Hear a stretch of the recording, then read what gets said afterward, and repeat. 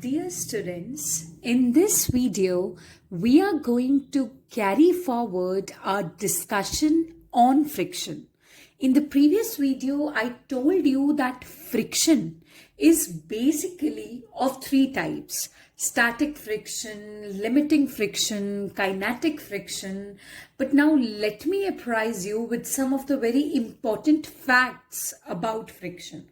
So, first of all, you should know that static friction is a self-adjusting force. What does that mean when I say that static friction is a self-adjusting force? First of all, static friction means a friction which comes into picture when we are applying a force on an object, but the object is not moving at all. So the friction that is opposing the motion of that object is known as static friction. But when I say that it's a self-adjusting force, what does that mean? Suppose there's a big rock here. Okay. When one person is applying a force, suppose the rock is not moving. So where that force applied by the person is going. So what's happening to that force?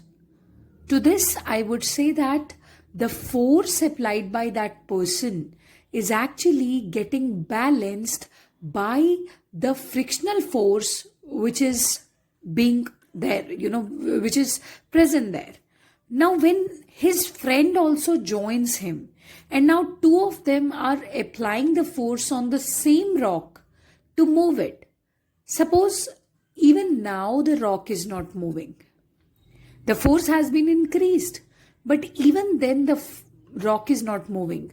So where that force is going, which is being applied by two people at a time, exactly what is happening, the force which has been increased now, that is being counterbalanced by increased force of friction.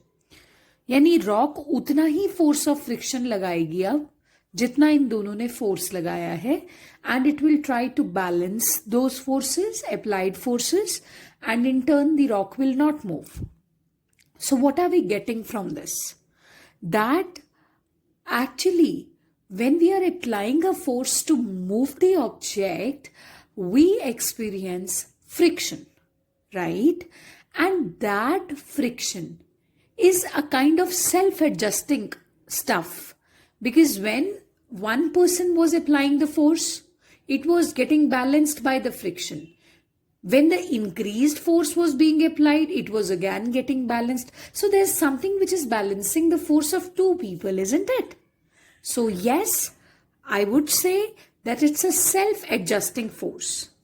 Now we are going to study laws of limiting friction. So limiting friction is the friction which is a maximum amount of friction when the object is just on the verge of moving. When the object is just on the verge of moving. So what are the laws of limiting friction? Law number 1. Limiting friction is directly proportional to the reactional force. I repeat, limiting friction is directly proportional to the reactional force. Suppose I have kept, this is some horizontal surface, and I have kept a block over this horizontal surface so that the weight of the block is acting vertically downwards and the normal reaction is acting vertically upwards. So the limiting friction is simply directly proportional to this normal reaction, right? More the normal reaction the surface is providing, more limiting friction you're going to get, you're going to experience. Okay. Law number 2. This law says that whatever is the direction of impending motion, limiting friction will always have an opposite direction to that. As an example, if you are trying to move the object like this, so the friction is acting like this. So they both have exactly opposite directions. Now you need to understand the term impending motion. Impending motion means, the motion is not the motion may or may not be happening at that point of time. But one thing is sure, that the force is applied and it is intended to move the object. Impending motion means किसी direction में आप intentionally move करवाना चाहते हो जब object को, so that is impending motion, right? So like this, I want to move the object like this, so this should be my impending motion. Now the friction is always opposite to the impending motion. Next is independent of area of contact. Now limiting friction doesn't depend on area of contact. You need to remember this as well. Reason being, see, I illustrated you this with the help of an activity. When I told you that if you will take an origami sheet, you will just make a box out of it, and then if you're going to keep that box, either you keep it like this or you keep it like this. Every time equal number of weights will be used to bring that box down. So what are we getting from this? We are getting that limiting friction does not at all dependent on the area of contact of the surfaces. Okay? Next, it depends upon nature of the material. Like whatever material you are using, whether it's a rough surface, whether it's a smooth surface, so whatever is the nature of surface, it largely influences the limiting friction, right? So these are the laws. Next, we are going to study coefficient of friction. Now, what is coefficient of friction? We know that limiting friction is directly proportional to the normal reaction, isn't it? It's directly proportional to the normal reaction. So when you remove this sign of proportionality and you replace it with equality, you get a constant. And that constant is known as coefficient of friction. That constant of proportionality is denoted by mu, and mu is simply equal to F upon R, right? So mu is simply equal to F by R. So now we need to see the factors over which this mu is dependent. Okay, so mu is dependent on material of the surfaces, okay, nature of the surfaces, and then the temperature. Right? After that, one thing you need to realize here, that this is the coefficient of static friction. When the friction given is a static friction, or you can write a subscript S after F, right? And then the coefficient of kinetic friction will be given by mu k equals to Fk divided by R. Now we know that this Fk, kinetic friction, is much lesser than static friction. Fk is lesser than F, so mu k will be lesser than mu, right? So this is all about coefficient of friction. Next, we need to understand angle of friction. Now what's angle of friction? Suppose this is a horizontal surface in front of you. Over this horizontal surface, you have kept a block. Now the weight of the block is acting vertically downwards, and weight is given by mg. If weight is acting vertically downwards, now according to Newton's third law, normal reaction will be acting vertically upwards. Normal reaction will be acting vertically upwards because forces never exist singly in nature, rather they exist in pairs. Okay, so now at this point of time, if you apply a force capital P and you're trying to move the object in this direction, then of course the force applied by you will somehow be counterbalanced by the force of friction. So suppose this is the force of friction. Always see that whenever you need to observe this is something very important.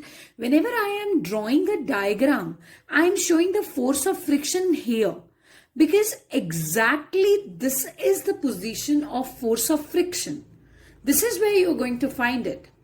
It lies between two surfaces. Like this is the surface of the first object and this is this horizontal surface. So it lies in between those two surfaces. You need to understand it.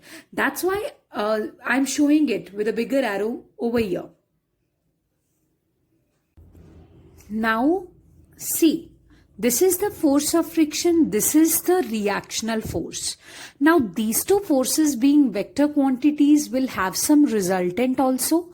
According to parallelogram law, if you complete the parallelogram which is consisting these two vectors as its adjacent sides, as the parallelogram law says. See, what does it say? That whenever two vectors are acting along two adjacent sides of a parallelogram, then the diagonal of the parallelogram will represent the resultant of those two forces. Fine. Now F and R, complete the parallelogram first. F and R will have this resultant, जो कि इस parallelogram का diagonal होगा. तो आपको देखना क्या है कि ये रिजल्टेंट जो है ये रिएक्शनल फोर्स के साथ क्या एंगल बना रहा है, क्योंकि उसी एंगल को हम लोग एंगल ऑफ फ्रिक्शन बोलते हैं. Try to get it. You have frictional force, you have reactional force. Now these two forces will have a resultant. Now what angle that resultant is making with the reactional force, that is known as angle of friction. Okay, so this is theta and this theta is angle of friction. Suppose this is A, this is B, this is C and this is O. So if this is theta, keep it in front of 90 degrees. So this will be perpendicular and this will be base and this will be hypotenuse. When you keep theta in front of 90 degree, you just need to tilt it. Okay. So after that, see, you need to tilt it like this. Perpendicular, base, hypotenuse. So after that, what are we going to get? See, tan theta is equal to perpendicular upon base. Perpendicular is AC, base is OA, right? Now, AC is equal to, numerically equal to OB, because opposite sides of a parallelogram, of course. So, OB upon OA, and this OB is nothing but frictional force, isn't it? It's representing frictional force. So, in place of OB, I'm going to write friction, F. And in place of OA, I am going to write reactional force R, F upon R. But F upon R is coefficient of friction as I have discussed. So yeah, F upon R equals to mu. So mu is coming out to be equal to tan theta, where theta stands for angle of friction. So mu is equal to tan theta, or tan theta is equals to mu. So by that way, by that logic, theta is equals to tan inverse mu. So this is the value of angle of friction. Okay.